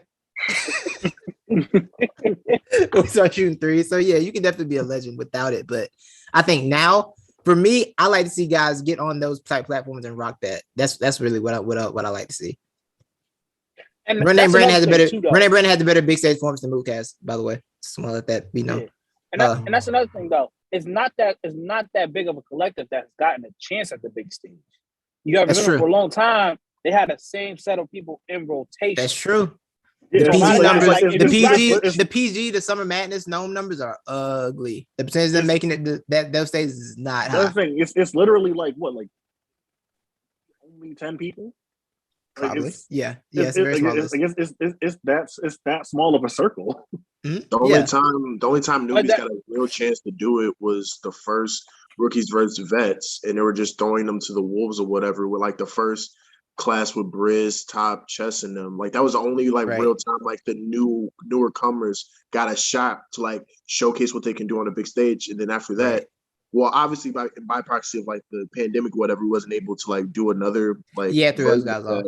But you know, yeah. But I mean, we see Easy able to do it. Easy does it without performing, by the way, which is very interesting. His vocal projection, his performances, and it's very carried by his vocal projection. Yeah, because he had that boy. Lord knows that boy don't perform. That boy's be yelling in your face. He not to talk to the crowd though. Yeah, that's what it is. Yeah. Because at Summer Madness in the chat. He turns to the camera, like he do know how to turn to the camera, Simon, and talk his shit in between. Because he does that's like the because he has that I'm gonna bark with you the whole entire time. So we all just lean in like, talk to him, talk to him, and then he turn like, let me like that. Because even with Shine, he was doing that shit. He turned to the crowd and talk his shit and be like, that's his performance, but it's not. Whatever. Yeah, that's hands, and that's like, and that's why it's the smallest. Like that's the transcendent moment. Like I don't have full confidence Sid can rock a room like that.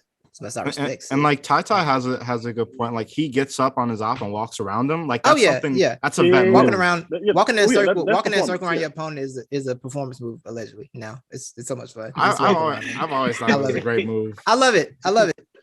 Yeah, what's better, the walking in a circle or taking the jacket off?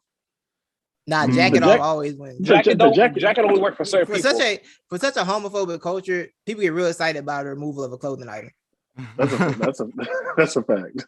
The jacket off could low key like steal the momentum if you're going second. Like you land that haymaker, and everybody's like, "Ooh!" And pull your jacket off while you're doing it. Jacket off, like, Don't talk while you're doing it. Don't talk while you're doing it. Wait a minute. Don't be trying to act you get into your next bar while you're doing it at the same time. Because it's over with. This shit everybody really is funny. He took his jacket off. But I'm jumping back to the chat. I'm gonna be in the chat. I Saj, I appreciate you, bro. All right, man. Any more band points anybody wants to stand? Oh, go ahead. No. The only reason why I asked about like if we're putting a lot of stock into like being able to rock a big stage crowd is because I remember when the pandemic first happened, right? Right. And I was watching when it's funny that Q mentioned Chilla because Chilla was just like he said that like the pandemic was actually the hardest period of battle rap because the playing field was even. Like it's all about your material, right? It was real bubble. Right. Real NBA bubble. If you ask like other battle rappers and other people, like they feel as if like that was the easiest time. I disagree with that. I feel like for you to be the best when all you can rely on is your material, I feel like there's merit in that.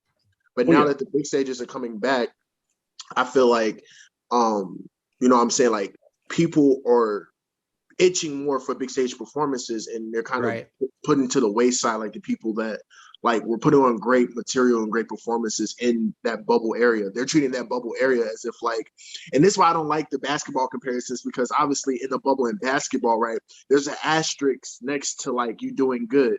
But I feel I hate that too. I hate the asterisk when it comes to bubble basketball too, because again, it's the same thing. It's like, okay, you can perform in front of 20,000 people in front of an away game. That's a great skill set to have.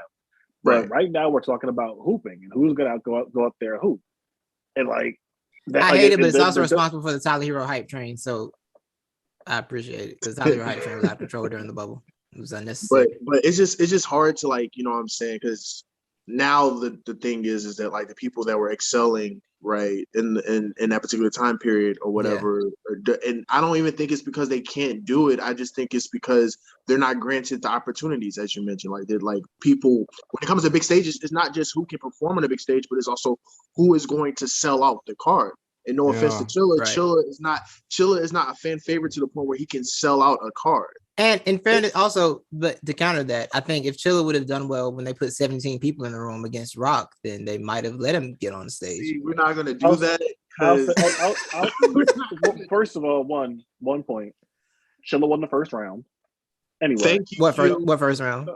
What first round? Versus Rock. Chilla won the first round. All right. This anyway, okay. but I think the point is also is like I think it's just going back to like what they feel like is safe. Because like I obviously don't know the details of what the URL caffeine deal entails, but if it's similarly structured to like UFC and ESPN Plus, like UFC gets paid either way. Ticket sales are nice or whatever. Yeah. But Yeah. either way, the check is clear. But either way, it's a content agreement. You produce this amount of content, and they're going to get paid for it based off the contractual agreement. I hate that. I feel like, I feel like the URL caffeine agreement is probably the same thing. So at some point, it's just based. So at some point, it's probably more based off of like who they like the most and who they feel the more comfortable with. Like obviously, they still want to sell out the venue, but like ticket sales aren't there. Like, I would be willing to assume aren't their main stream of income right now. It's probably whatever their content agreement with caffeine. I would agree with that because of the way that they're doing ticket sales now. Like they don't heavily promote ticket sales for it. They're promoting some madness, but like they were selling tickets to band. And you can they're selling tickets on 2 weeks notice. Like right. If that doesn't tell you that that's probably not their main focus, then right. straight up. Yeah, I feel like it's a good point. I mean, it makes me wonder, like if the tickets aren't their main income, right? Then wouldn't that sort of it puts into question why they put people like Twerk on stage, you know, like because I would in my eyes, you know what I'm saying? In my eyes, I would think that if we got someone like Kid Slade on big stages instead of Twerk, I think many more people would be more people would be happy. You know? Is that just me? Nah, I definitely have a point, but I feel like they still have to give the appearance that ticket sales matter. Mm-hmm. I think a lot of it is too. It's like and fans have certain expectations.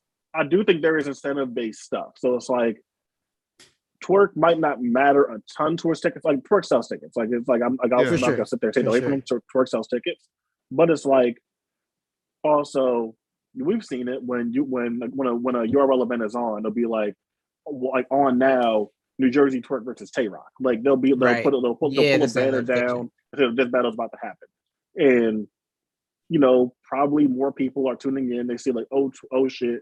Twerk's about to go on, and they turn on their app and stuff like that.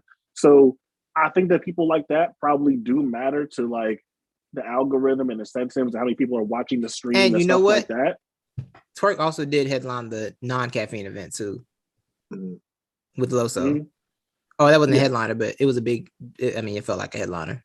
No disrespect to T-Top, but that was probably the real. That was probably the real headliner. Yeah, the real headliner, right? T-Top had to be headliner. He was at home, but that didn't feel like a headliner.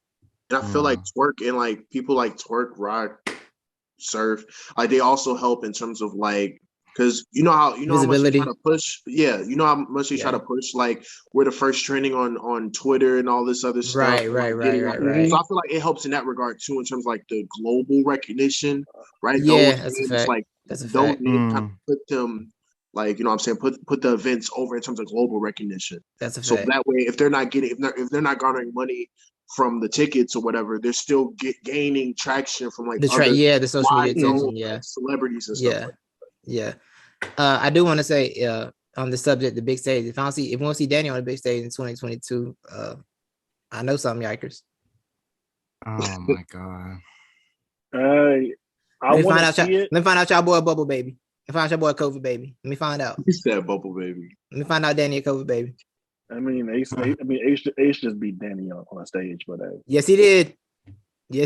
No. In Cali. Well, obviously, we don't want to talk about that one. Who do y'all have? Who y'all have in Sharon versus Danny? I'm not putting too much around this. I'm not really like, unless it's super duper clear. I'm not choosing a winner for real. That's fair. I want to see that for 3 rounds, but that one round, I think I gave Danny. It was close. Like I feel like Sharon showed that he's dangerous. Like how you do a premeditated like freestyle. That was crazy. That was insane. That reminded me of when Iron Solomon did the whole shoe thing. In the first round. It really is that level. It really is. Like that was crazy. What battles from band did you want to see like get 3 rounds? Hey, I'm gonna say something that's crazy. Hey, y'all, I low key want to see Geechee and Mike P for 3 rounds because I want to see what was. I want to see what was going to happen after. I really do. There's nothing else. There's nothing else for Geechee to say to Mike P. So, bro, I know I'm about I would to get like to see that for 3 rounds. Low key. I know I'm about to get slandered in the comments for what I'm about to say. So like, but like, the real fucked up thing about the Geechee Mike P battle is that if Geechee battled Mike P back when Mike P was calling him out, that's a much closer battle. Like it's a different 100%. battle. It's a way different battle. It's a way different battle, and that's the fucked up thing about it. Is like obviously, one Mike P is taking a 1 round battle with Geechee Gotti in LA in the caffeine studio already. That's one. You're already down. But if you think about when Mike is calling him out after the Serious Jones battle in the middle of 2019 and everything, if that battle happens in that window of time before UM2, it's a completely different battle. And I'm not gonna say that Mike would have won, but it's a much different battle. And you gotta also think that like around that time, right? Like Geechee was on his 2nd run, but he was taking his lumps, right? He went against the Arsenal that like gave his career high against him. Then went against the Surf. Then went against the John, and it was just like the narrative then was that like, okay, Geechee's here, but like he needs to beat like a top tier dude or whatever. So you know what I'm saying? So that would have most definitely been a different battle. And the point I made was like, okay, check it out. Like, let's say Geechee and Rock was only 1 round. That doesn't tell the whole story of the battle. Like if you were to only see Geechee and Rock the 1st round only, that like you would think that Rock got like and I feel like majority of us have Rock winning that battle. So it's just I would have loved to see how Mike P would have overcame that 1st round. And not only that, it's like what would Geechee have done wrapped about for the next 2 rounds? You know, like he already unloaded the clip. He already did the whole angle and did what he did with that. And I can feel us as tired and repetitive or just kind of a weird angle to take anyway. But it's battle rap and it's effective. It worked.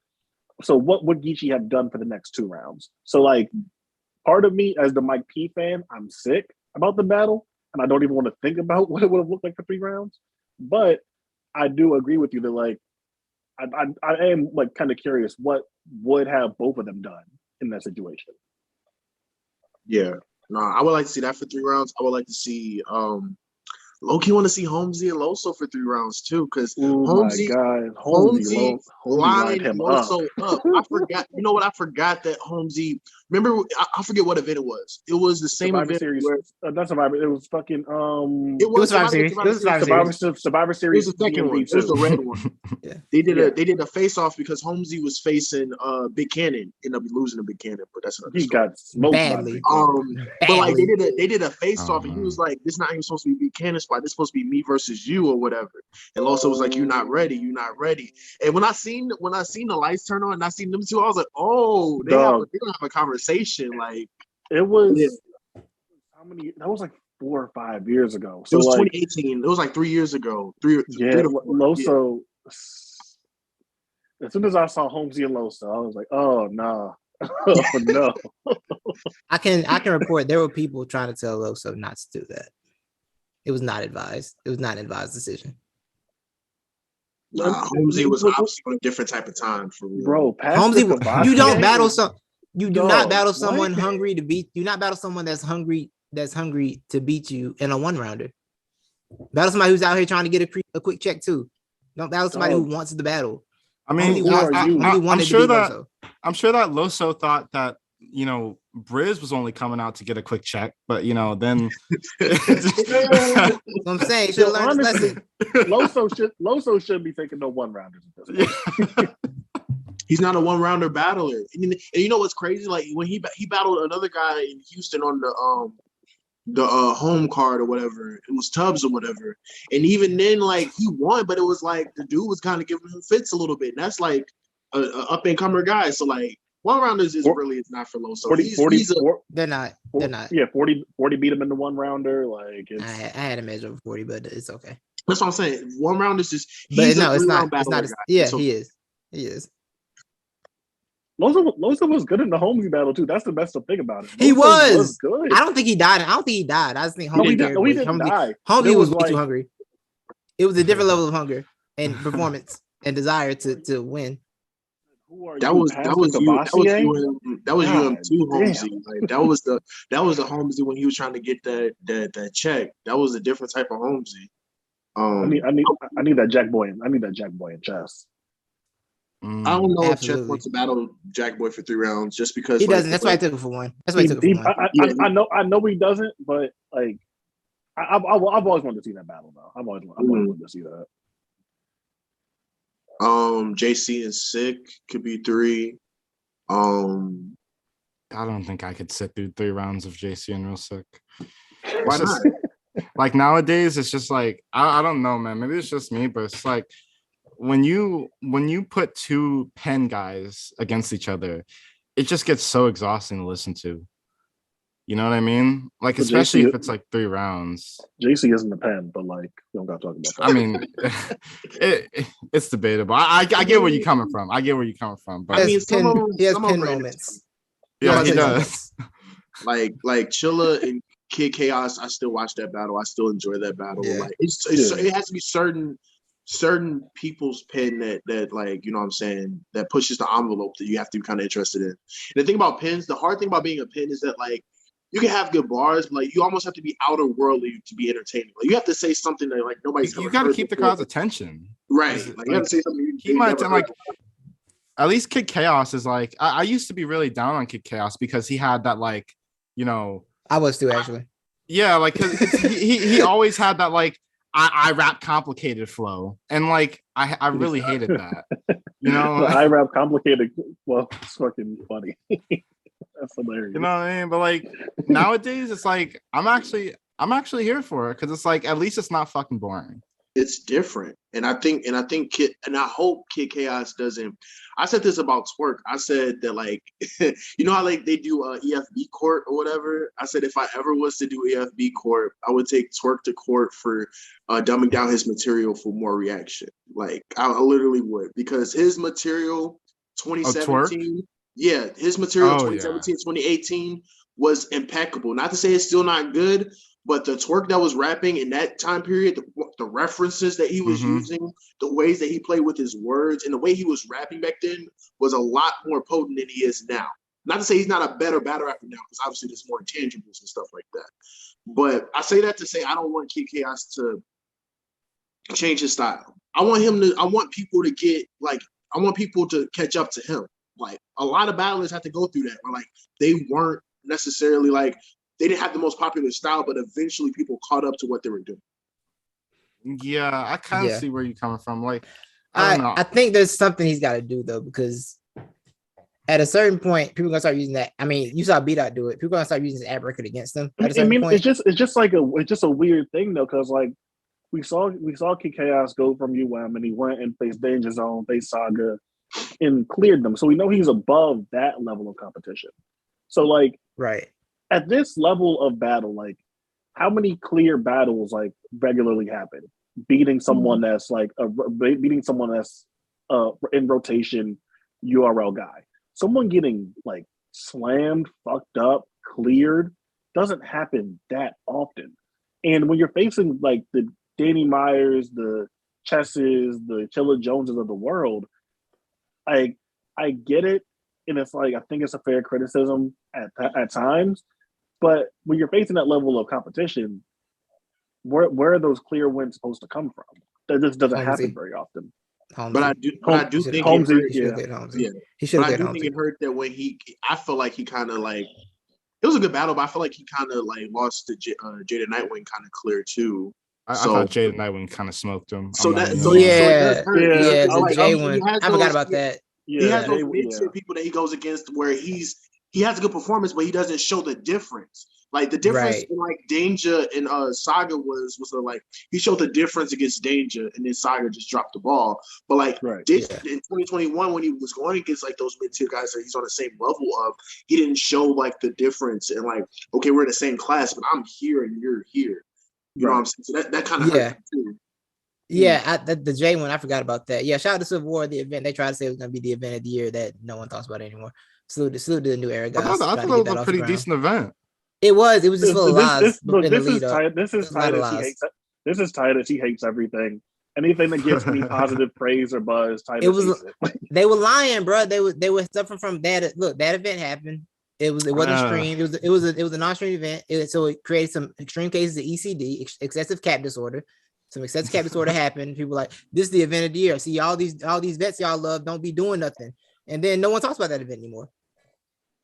I mean, it's probably because there's so many events, not because. And then they tried it with traffic. They tried it again with traffic. I remember that. Another case of ECD happened at traffic. Like, this is one of the events of the year. Traffic was so overrated. Like, I was in the building for that, and like I was like the crowd didn't really wake. I mean, the Jack Boy and Saga battle was good, but the crowd didn't really wake up until like Danny and Ace battled.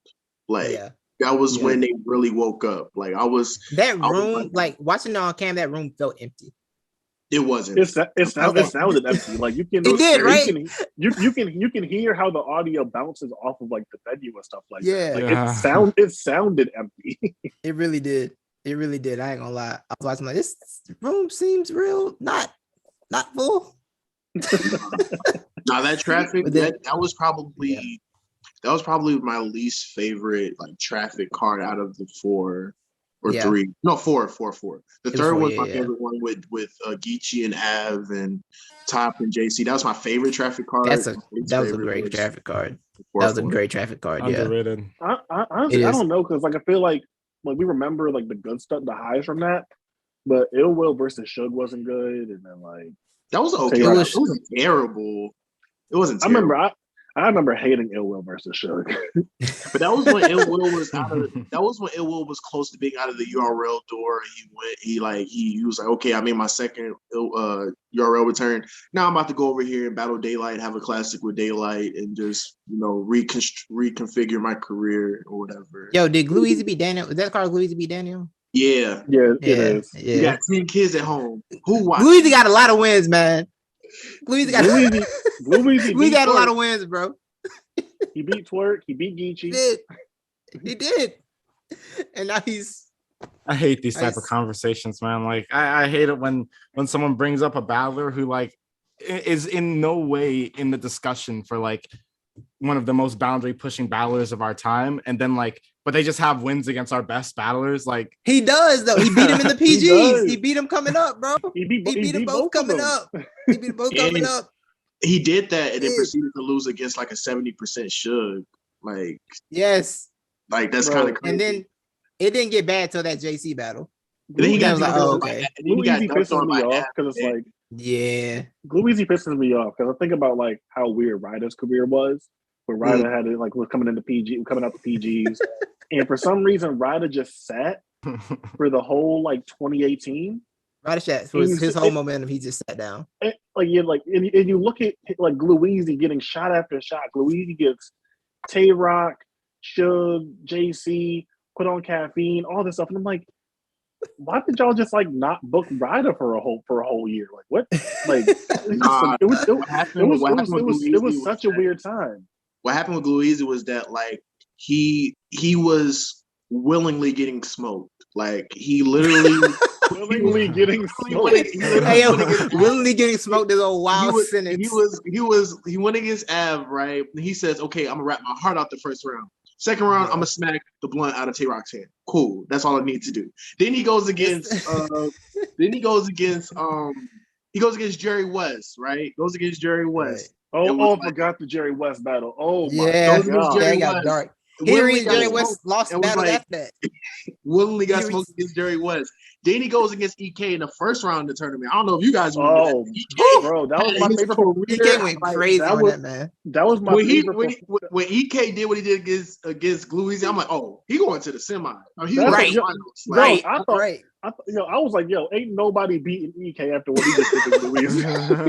he treated Glue Easy to hell, boy. He put Glue Easy to hell in that battle. Glue Easy. Hey, yo, Q. Willingly getting smoked back-to-back battles. Like G4 said Glue Easy was Bob Sapp. Oh, that's fire. That's fire. Bro, I swear to like when you went too, I was sitting there and I watched EK versus Goku. I think it was the first battle on the stream too. So they was the whole battle just kicked everything off. Right. And I remember EK just left earth on him. I think I came in our chat and I was like, yo, I don't think anyone's beating him the rest of the tournament. Yo, it really looked like that, bro. It really like that because we all respect EK. EK was off like that was EK after the J battle.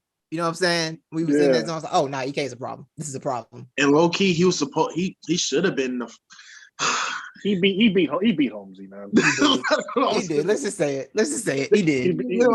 He was the only person that had to restart his whole verse. Like he had to restart his whole verse. That was crazy. I'm like, bro, he was spazzing the whole time. He got to restart. Yeah, that's right. Yeah, They killed my boy whole momentum. They killed his whole momentum. Battle, but like he beat Holmesy, man. He did beat Holmesy. So yeah, there was anything else that we need to talk about? So we got the battles y'all wanted. The last thing I guess we can discuss was you know what I'm saying, banned as an event. Do y'all like the one round idea? I have a hot take. Let me go ahead and get this out. I don't like one rounders.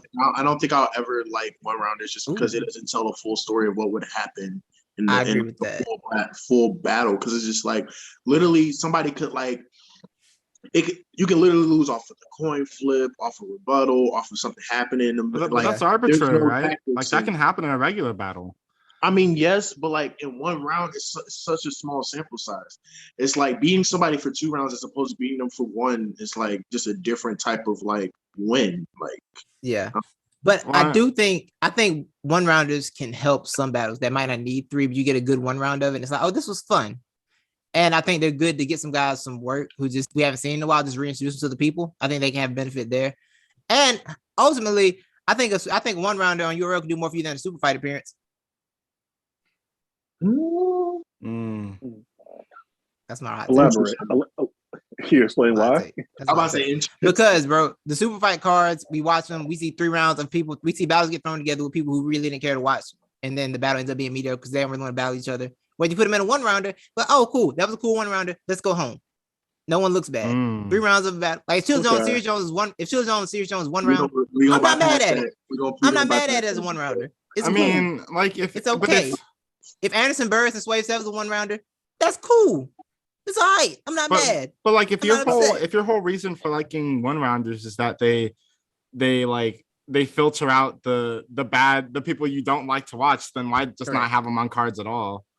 Because I can't. Because they're gonna put them on cards. They have the rosters overstaffed. I can't. That's a great point. That's a great point. I would prefer to not have certain people on cards, but but I can't control that. Like if you give me a super fight event, right, and like it's the main event is 3 rounds, and the other battles all 1 rounders, that's fantastic to me. I would prefer to not have real name brands on the card, but it's like, oh my goodness. Hey, I wanted to bring up one thing. I just wanted to ask really quick. So KOTD tournament, right? Who is the favorite to win it all in y'all opinion? There's 4 more. There's 4 guys left. It's the final 4. I just want to know who y'all have. The smart money. I personally have passed winning, but the smart money's on Bill Collector because I think these judges are afraid of. These judges have something about voting against Bill Collector that won't let them do it. Bill Collector will, if he don't get the 100K. It always gonna be bad. Yeah, like there's like a whole thing. If Bill don't get the 100K, like people should be definitely afraid. But I personally have. I'm glad you noticed that because I thought that too. I personally have passed, but I think again, like smart money is Bill. But at the same time, Mac Myron and Bill. I forgot about Mac. I forgot about Mac. Yeah, his name is Bill. Like. Right, he's facing Mac Myron. Yeah, have those like KOTD tournament battles been good? Like some have a lot. Yeah, they've had some good battles. They've had some good battles because I don't watch KOTD. One of my favorite battles from last year was Fate versus Madflex. Great. I it's on YouTube. I think it's on YouTube now. Right now, I think it's on YouTube now. It's really dope. Yeah, that was a good battle. I think they released Mad Flex versus Stewie too. I think they released all 3 of Mad Flex's battles. Stewie versus Reverse Live. People talk highly about Mad Flex, man. Mad Flex is fire. Like I've never That's why I heard was of trying him. to get Mad Flex. Yeah. Like at first, he wasn't really mentioned as much, but we was trying to make sure like he gets his recognition because him and Mac were literally like outside of Bill or whatever, the obvious choice. Like him and Mac are like standouts in the season. So yeah, Mad Flex is amazing. But I also think that. Go ahead. I'm sorry. I'm gonna say, like, Coinflip, have you not seen Mad Flex before? No, like, listen, man. I'm a broke college student, so like, there's only 24 hours in the day, and I cannot spend that time watching KOTD. They had some good battles, bro. They had some good battles. Nah, they had some good battles in the tournament. I ain't gonna lie. This tournament was dope. You just gotta, the tournament was dope. But like if Mad Flex is fire, I'll go check out some. Like I'm always down to watch someone. Mad Flex is fire. Mad Flex is definitely fire. He be rapping. Yeah. Malcolm, who you got in Saint versus Real Deal? Saint versus Real Deal? Come on now. What are we doing? I know it's Black History. I know it's Black History Month, but come on now, like. What are we doing? Just making sure. Like I'm like real like what Real Deal showed because like I'm gonna keep it real. I used to have resentment towards Real Deal because I felt like Chilla got cheated twice. So with that, I was always mad at Real Deal. I couldn't really be mad because he put himself in position to where they can like say that he has a case of winning, even though I thought Chilla won both times in those battles for the title. But with that aside, Real Deal is one of the most multifaceted battlers there are in battle rap, and he's very underrated. Really, I feel like Saint is kind of battling outside of his weight class with this battle. Not to say that he can't hang or whatever, but Real Deal is very seasoned, and I don't think Saint has enough to be a Real Deal that battled Sharon. Or a Real Deal that battled, like, you know what I'm saying, like as of late. So I don't see Saint beating him. I'm sorry, I don't. I just wanted to make sure that you weren't crazy and had the right pick there. Saint has potential. Saint has potential. In but 4 more years, he can be where Chess is. That's what I was gonna say. Saint 4 more years. Saint needs. Oh my God! Saint still needs to work out the kinks because Saint. Don't do this to me today, bro. I'm about to say Saint needs to work out the kinks because I do wonder if Saints evolved in this time. Because if he's evolved, he has a shot Real Deal. Or if Real Deal is fatigued and just doesn't want to be champ anymore, then for sure he can do it. We've seen it happen in KLC title matches. He hasn't really had that many defenses though, so that might be why he's over it. Might be bored. I want to do something else. You know what I'm saying? He has been on the show for a little bit. But right, he has, right. I'm about to say, I can understand after 2 or 3 defenses, you're just like, whatever. Right. I can understand Pat Stay being like fatigued because it's just like, you know, Pat Stay had a fair share of defenses or whatever, but like. Yeah, and then Calico stripped his soul. But I feel like Real Deal is just too seasoned for Saint. Yeah. Okay. But back to the tournament, I low key think I don't know what it is about Mac, but the way Mac perform, like people give a lot of praise to Bill's performances. I feel like Mac's performances against Bourne and what he did just recently was just phenomenal. His performance versus Cash, like it's Q and Malcolm. Y'all know how I feel about Mac Myron. But he's been undeniable in this tournament. In Magic. Y'all know how I feel about in Magic. He's been undeniable in this tournament. I can't knock it. He's been real undeniable in this tournament. I gotta say that. But yeah, so I can see him having a run. Like he's fire. If he wins, do you know like we're talking about like a change of like career. Like, you know what's crazy? He's doing so good that people like Av saying he'll battle him. People like Loso saying that they'll battle him. Like it's just like Yeah, like if he wins, bro, like this could be a huge like transition in his career. For real. It could. And he also wants 100K, which is just like, yeah, good for you. Go with this. I might retire. I might be done Yo, battle rap at that point. do y'all watch Mac Myers music videos? I've seen a couple of them. Bro, if he gets that 100K, that man is about to like his videos are already like ratchet and crazy. His videos it's gonna be messy. His videos are about to be nuts. Yeah, it's gonna be real messy, yo. That's a fact. It's gonna get wild. But yeah, so I think we're gonna wrap up. Anything else need to say? We good. Nah, only thing I'm gonna say is that we need a O-Red return. I'm lobbying for on a volume. We need him on a volume or Midnight Madness. That's a fact. I seen Ace Amin versus O-Red. Let's do it. Yeah, either Ace. Oh, let's go. I'll watch that. Yeah, I'm either Ace versus O-Red or Chilla versus O-Red. Chilla versus O-Red is so overdue. I would do Fonz and O-Red too. Fonz and O-Red would be Red's got some battles, bro. Red definitely got some battles in the small room. Yeah, for sure. Come back O-Red. Yeah, we just can't put him in front of. We need to give him the proper amount of time and not put him in front of more than 78 people. He needs to battle in front of 50 people. 50 people max for sure. If 51 get in there, it gets tricky. He's gonna get stage fright, so we can't have too many people in. Yeah, and he owes. And somebody Willie P pointed out, yeah, he does kick Chaos to fade too. Yeah. Oh, he owes Chaos to fade. Either a volume or mid. I seen that Midnight Madness like setting, and I was like, oh my god, O-Red would kill. O-Red, yo. O-Red would get violent in that setting. That would get dark. Where it's just rappers, just the rap. Yeah, he would get crazy. Yeah, I said like when he bring it back. Surf explained it. Like O-Red's a little bit older, but like they were going to the same school and they were just talking about like O-Red was the king of the lunchroom.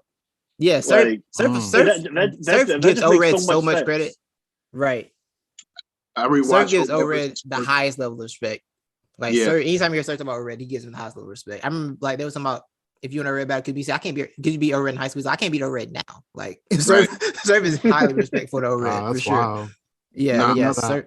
Yeah, I rewatched O-Red versus Cortez, and I was just like, damn, man, like, oh my god, bro. He told Cortez. I'm working on a blog where I pretty much cover the peak of somebody's run or whatever. So I'm focusing on 2017 O-Red up into the Cortez battle. And I'm like, bro, literally his battle versus Show Off, his battle versus Big K, his battle versus like I'm Shine, like he's literally was like crazy. Like he told O-Red, like he told O-Red, I can snap and do you wrong or choke all three and see you back where you belong.